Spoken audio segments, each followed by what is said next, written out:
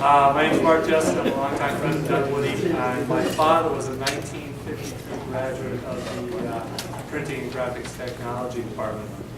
And it's my pleasure today to introduce our speaker, John G. Rogoz. John earned his degree in Business Administration from St. Louis University and his Master of Science in Taxation degree from Fontbonne University. After receiving his undergraduate degree, John began his career in construction financial management with Nutter Construction Company, an industrial piping contractor headquartered in St. Louis. John has made the construction industry his calling, also working for Turner Construction Company in Kansas City and currently Kraus-Anderson Construction Company, where he's Vice President of Finance and Information Technology. As an accounting professional, John is a leader in National Construction Industry Associations. He's past chairman of the Institute of Certified Construction Industry Finance Professionals and currently serves on the executive committee of the Construction Financial Management Association, the Financial Issues Committee for the Associated General Contractors of America. John holds credentials as a certified public accountant, certified management accountant, and certified construction industry financial professional.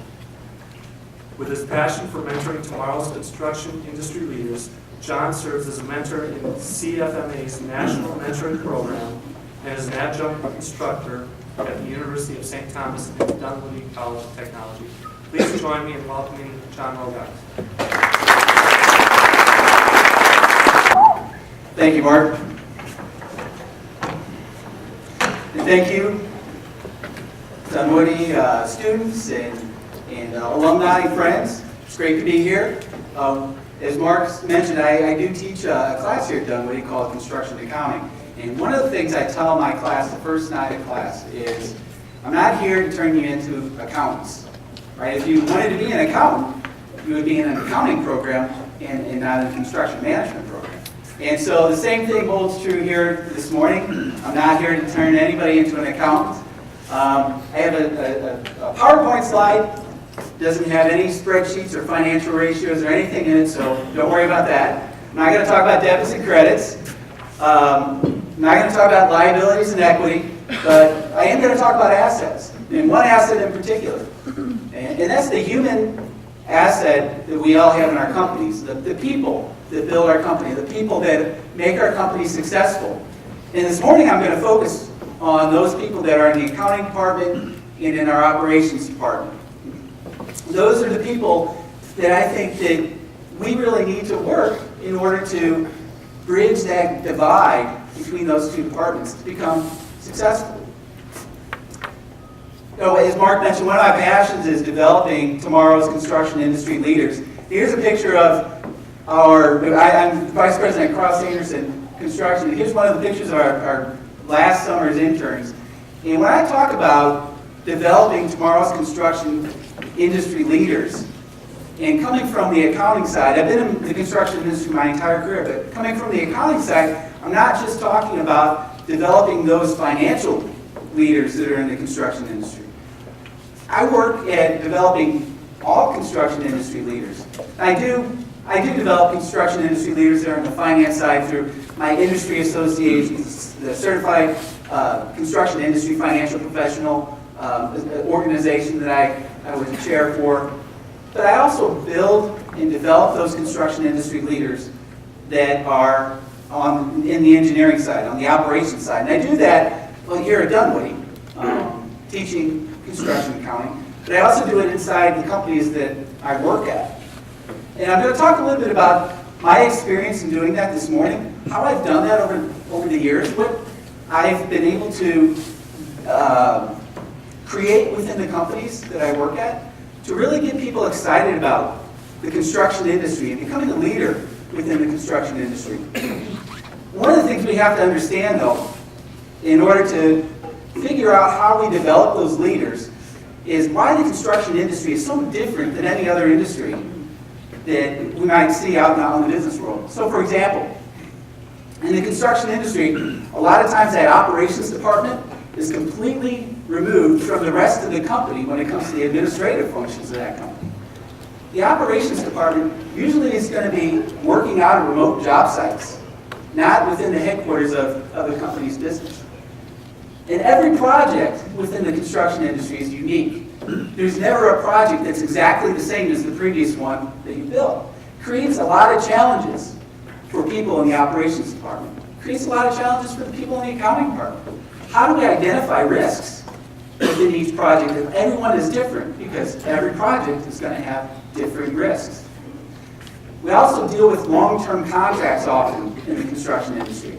So when you get into a construction project and you find out that you've made a mistake and that project's going to last for 2 years, you're using a lot of company resources for the next 2 years to work on a project that isn't going to be profitable. You'd rather use those resources into developing and building other projects that are going to be more successful than that one that you realize you made a mistake on. So long-term contracts really present a problem when it comes to using resources within the construction industry in your business. And then the other thing is actual costs are really only known after the completion of the project. Kind of the only industry where we go into the operations of a project without knowing what our actual costs are. We have an idea what they are. We have an estimate of what they are. But until we actually complete that project, we don't know what our actual costs are. So there's a lot of risks in the construction industry. And what we need to do as the accounting group and the operations group is to understand what those risks are, all have the same amount of information that it takes to understand that risk and identify how that impacts our country from our individual perspectives.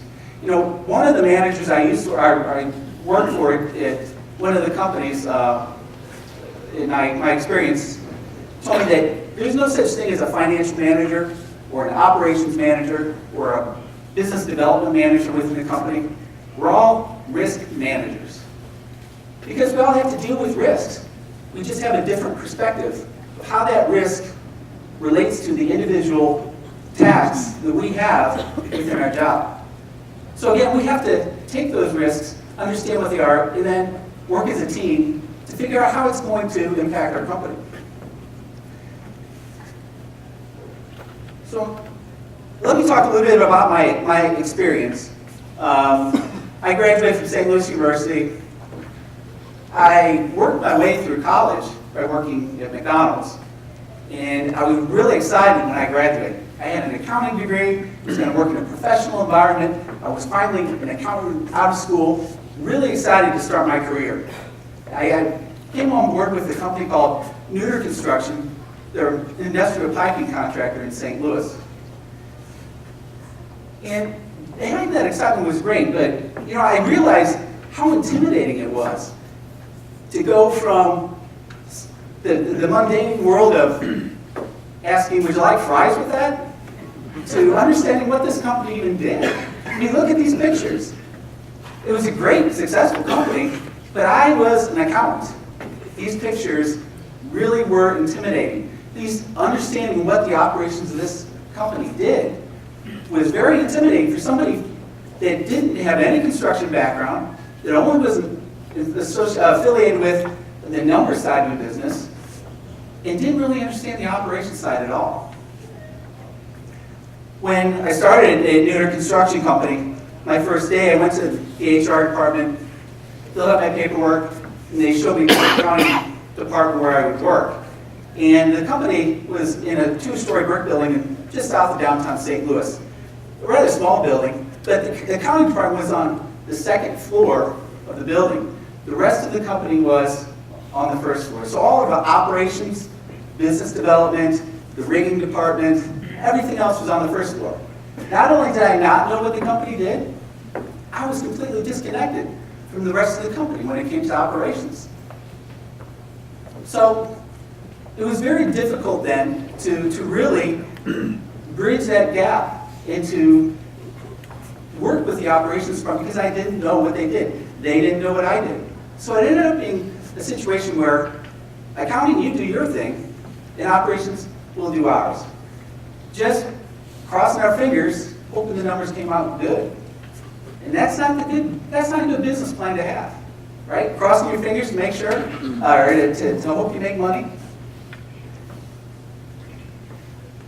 So, I stayed with I was with Dunwoody Construction for about 13 years.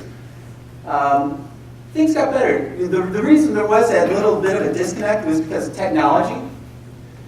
Back in those days, believe it or not, there was no cell phones, there was no internet, there was even email. So being able to communicate was very difficult. I ended up, in 2001, moving to Kansas City. And I had this great opportunity to work for a company called Turner Construction. Turner is one of the top general contractors in the country, large size-wise. They're about 11 billion in revenue. It was a great opportunity because I finally got to work for a company that I knew what they did. So here's some of the projects that I worked on. Arrowhead Stadium in Kansas City. Livestrong Sporting Park in Kansas City. So MLS sporting soccer stadiums, Colorado Rapids soccer stadium. It was great because now I finally could understand what the company did. I could really relate to the operations side of the company as a financial person. So it was really exciting. Some of the things, though, that I understood or thought about as a construction or as a financial person were how could I change that culture within the company to bridge that gap between accounting and operations. And I thought about it for a while, and I came up with a couple ideas. First of all, I felt I needed to be visible. When I was in my position at Dunwoody Construction prior to that, remember, I was on the second floor. I wasn't even visible. Nobody knew. They knew an accounting department existed, but they didn't know who I was, what I did as a part of the accounting department. The only time I saw somebody was when they came up to get a paycheck or an expense report check. So there was really that gap that existed that you had to get over. When I came to Turner Construction, I realized I needed to be more visible. I needed to be known as somebody that is helpful from an accounting standpoint, from a finance standpoint, to help the company succeed. So I took a couple steps. First of all, us accountants are known to be introverts. When I was a Dunwoody, I spent the majority of the day, if not all of my day, sitting behind a computer, filling out spreadsheets, crunching numbers. And when I came to Turner, I realized I had to be a little bit more visible. I had to get away from my desk. I spent more time out on job sites, out in the office working within other departments than I spent behind my desk. I realized that I needed to be visible within the company. And the other thing I did, we had quarterly staff meetings. We had staff meetings. Each one of the managers within the office would give a state of the company type address to the rest of the people in the company. 150 employees we had within our office. So the operations manager would talk about how operations were within the company. The business development manager would say, here's all the projects we're pursuing. And then the general manager would talk about the financial status of the company. Well, I said, well, if you're talking about the financial status of the company, shouldn't I be the one that presents the financial status of the company? I'm the financial manager, right? And they said, yeah, that would be great. So I became more visible to everybody in the office because I was known as that person that does the number crunching, that person that was the financial manager. So we're building relationships on numbers then. I knew that I needed to be approachable as well. Again, accountants are not known for being the most extroverted people. We were known for sitting at our desk, and so people are hesitant to approach you with questions. Okay? So when I came to Turner, my first office was along a long hallway, long corridor, where nobody else, no other departments really traveled or came across. And so after about a year at Turner, that first year we decided to move our office, and so we moved to another floor of the building that we were located in. And when I sat down, I said, let's figure out where the accounting department is, where my office will be. And I said, I want to be right here. I want to be in this office here because that's an office that's surrounded by the rest of the department. But more particularly, it's surrounded by this special projects division. That special projects division was where new graduates the company would hire. That's where we would train them. That's where we would develop those future leaders in the construction industry. And so I felt like if I was in that office,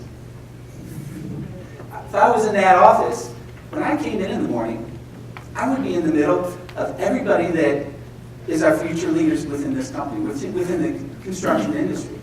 So I would come in and I would say, hey Joe, how about those Chiefs? We were located in Kansas City, right? And he'd say, that's great. But by the way, I have a question for you. I have a meeting later this morning. Can you help me with this number? I can't figure out how to get this number to calculate out right. And so I was able to be known or be approachable because I knew people on a different level.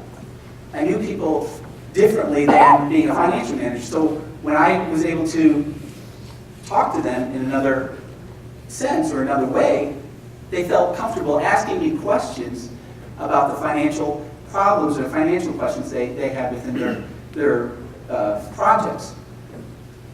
So it was great because the other thing is we want to develop our leaders in the construction industry not from when they become a project manager or when they become a senior project manager. We want to develop them when they first start with the company. That's when you start developing that leadership. And so being around those individuals that really had no exposure to the financial side of the business, but that felt they had the opportunity to ask me questions to help them out, it was really great. It was really a good feeling to know that you were developing people within the construction industry that were going to be the leaders of tomorrow. And I always looked back at that and thought, I remember that day at Neuter when I was so intimidated because all I knew was finance and accounting. I didn't know what the other side of the business did. And I can relate to how they felt. When they come in and all they know about is how to build a building, they're dealing with these reports that tell them whether or not they're making money. They don't know how to read it. And so I really made that effort to be approachable, to make sure that people knew that I was there if they had questions. I was there if they needed help to understand how to identify the financial parts of their project that they needed to know in order to be successful. And then the third thing I felt like I needed to do is needed to be more collaborative.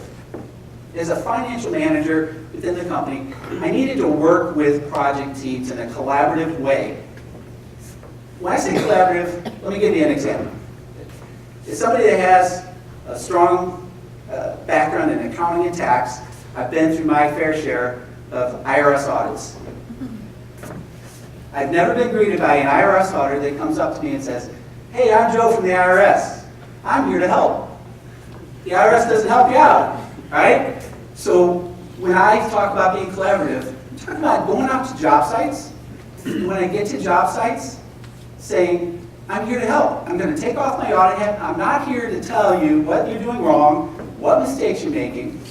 I'm here to help. I'm going to take my audit hat off, and I'm going to put my hard hat on. Because that's what everybody else on this team has. It's a hard hat. And I'm going to be a part of this team to help you with any challenges you might have. I'm not going to be able to tell you how to build a building, but I might be able to tell you how you can do things different in order to make that building profitable, more profitable. I might be able to tell you how to do things a little bit differently or look at things a little bit differently from a financial perspective in order to make that project successful. So one of the things that we did that was somewhat unique at Turner was I had a person within my department that worked for me in the accounting department that was an engineer. It was a cost engineer position. And this person would be that auditor, would be that person who would go out to job sites and they would look at the schedule. They would look at the contractual terms. They would identify the risks. They would understand if there were any claims or potential claims on that project. They had a good understanding, or needed a good understanding, of both the financial side of the business as well as the operations side. Well, they already had that operations side, right? Because they were engineers. They came into my department to learn the financial side. There was an opportunity for them to grow. And this particular position was a rotating position. So a new person came into this position every 18 to 24 months, and then they worked in that position for that period of time, and then they rotated and did something else within the company. And it was a very coveted position because management made it so that people that went through this position had a better understanding of the business overall, And then they were able to do more things. Once they went through that position, they were the new leadership, the people that were elevated to the point where they were going to be the new leaders within the office. Well, I had, every time we rotated them out, my operations manager would come to me and he would say, well, I have 3 or 4 people that possibly could rotate into this position. Because he didn't want to take people off midstream in a job. He was waiting for people to rotate off of other jobs so that wouldn't be interrupted. And so he gave me 3 or 4 people's names.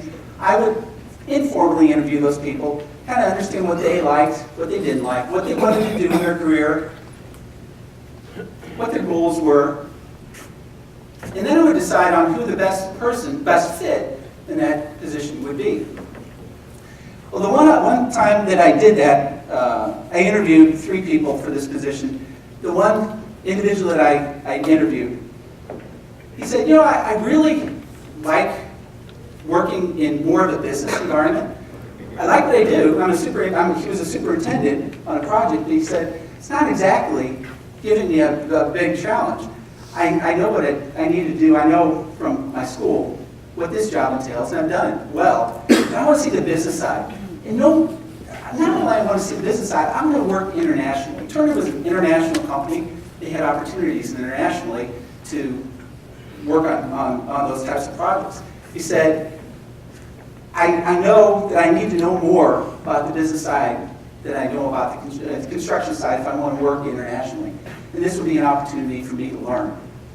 So I said, well, that's great. And I ended up bringing that individual into the cost engineer position. He worked and really understood. I actually took more time with that particular cost engineer, knowing his aspiration to work internationally, that he needed to know the business side in order to do that. And we really got into a lot more numbers than I normally do with the cost engineers. And he was so successful. He really took that opportunity and ran with it. He was very ambitious. He knew what he wanted. He saw his career goals, and he went out and he did what it took in order to accomplish those. It was a great opportunity that the company offered that employee, and it was great that he accepted that challenge and took it on. About 18 months into his term as cost engineer, he came to me and he said, guess what? I'm going to Egypt. I'm going to work on a resort project in Alexandria, Egypt. So it worked. He really understood the business side and was able to capture that knowledge so that the international division felt that he was somebody who would do a great job on one of their projects internationally. He worked on that project for about a year and a half. Political turmoil started in that part of the world, and he transferred to another job in Christchurch, New Zealand. He was there for about 2 years, and now he's back in the States working on the Intel campus up in Portland, Oregon. So again, I think it was so great in developing that particular individual that he really had the ambition to do something and knew what he wanted. The company offered the opportunity to learn what he needed to do it. He took that challenge and he made it work. Again, we were building relationships on numbers. He was an engineer and I was an accountant. We realized what our strengths were when it came to the numbers, and we built that relationship on the numbers. So about 4 years ago, I had this great opportunity to move to the Twin Cities. The opportunity was with Kraus-Anderson Construction Company, where I'm currently at today.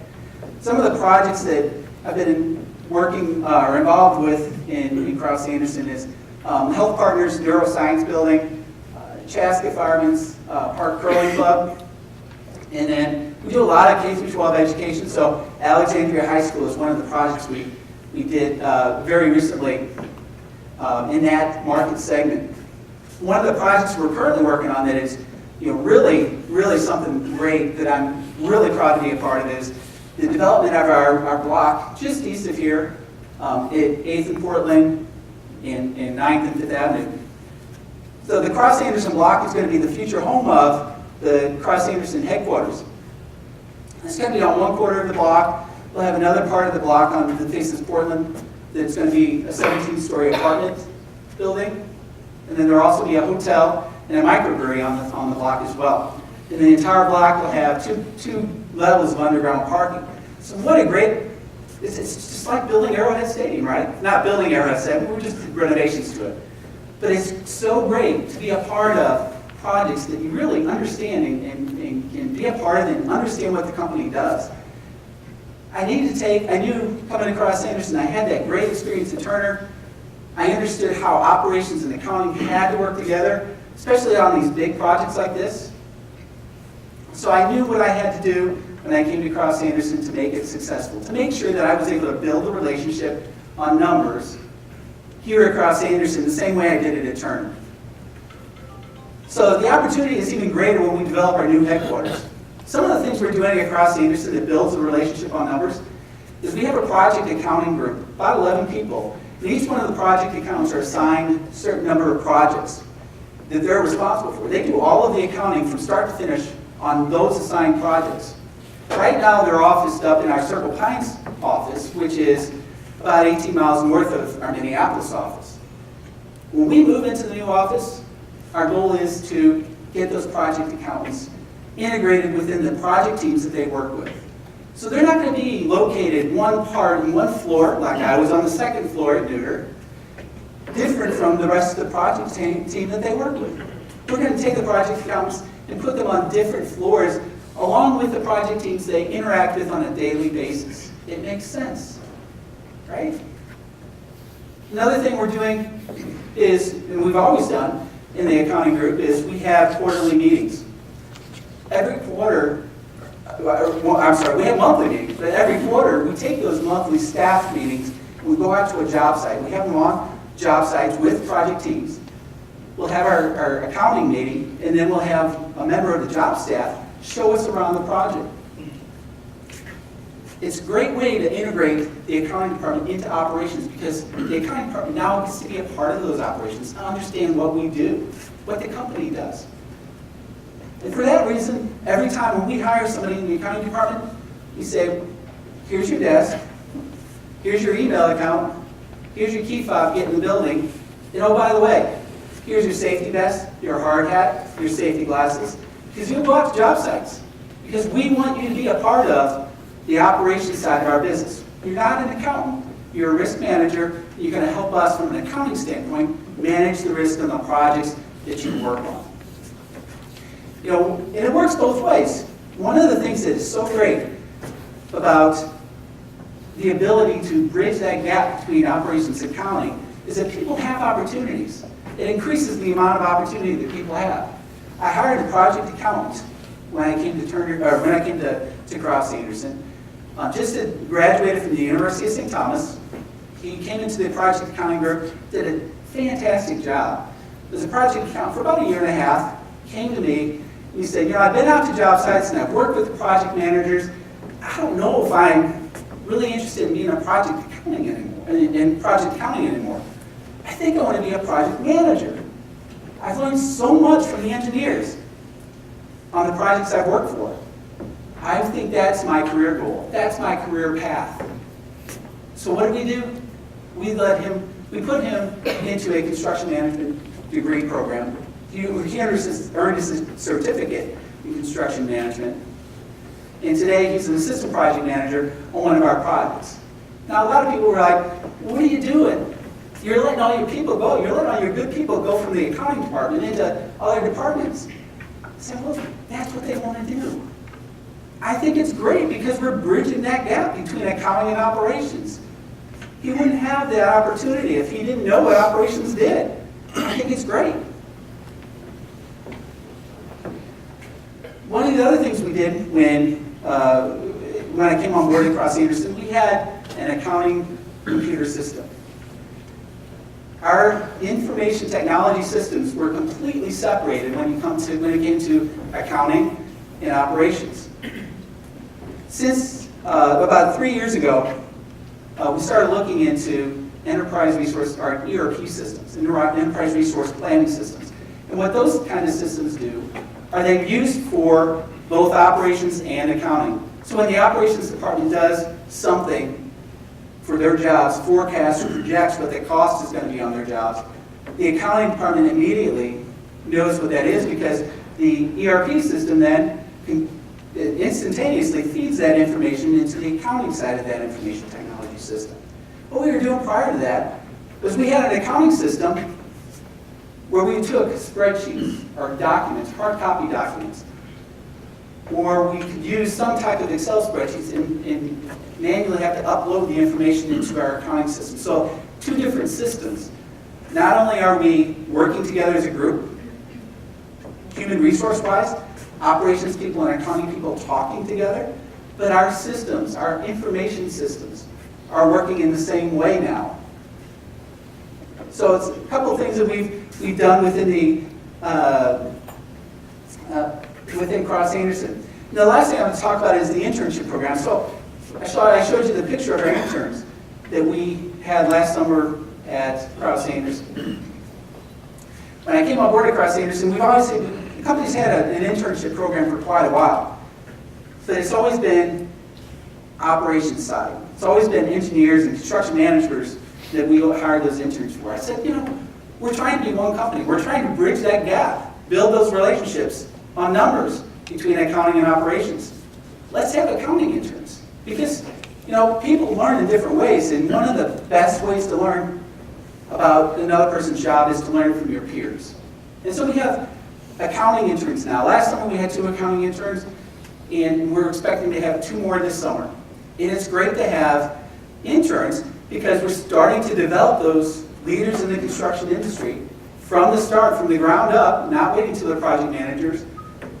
We're developing them now as interns so they can work side by side, learn from each other, learn from your peers as you develop your career and understand what the construction industry is all about. So, how do we do that? How do we build that bridge and develop that relationship between operations and accounting, build those relationships on numbers? Well, we have to have the right company culture. We have to develop, as business leaders, we have to develop that culture within our companies. And as people working in the companies, as people that benefit from that culture, we have to take and make sure we're participating, make sure that we're taking advantage of the culture and the opportunities that the company provides. Business leaders need to build opportunities to learn and grow. Just like we built that opportunity for that project accountant that really didn't know that he wanted to be a project manager until he started working with a project management team. And then the third thing is find an awesome mentor. If you're a student or if you're somebody that's new to the industry, find a mentor that helps you out. And mentorship programs don't have to be formal. When I came to Turner, and I knew I had to be more visible, more approachable, more collaborative. It wasn't because I realized that myself, because we all need help in realizing what our strengths are and what areas we need to work at are. We're not going to develop that awareness on our own all the time, right? We need mentors that are going to be honest with us, going to tell us what our strengths are, tell us where we need to work harder at in improving our careers and our abilities. So find an awesome mentor, and once you get to the point where you're a business leader, be an awesome mentor. Because it's really great when you build relationships on numbers between operations and accounting, and you develop that leadership for tomorrow's construction industry.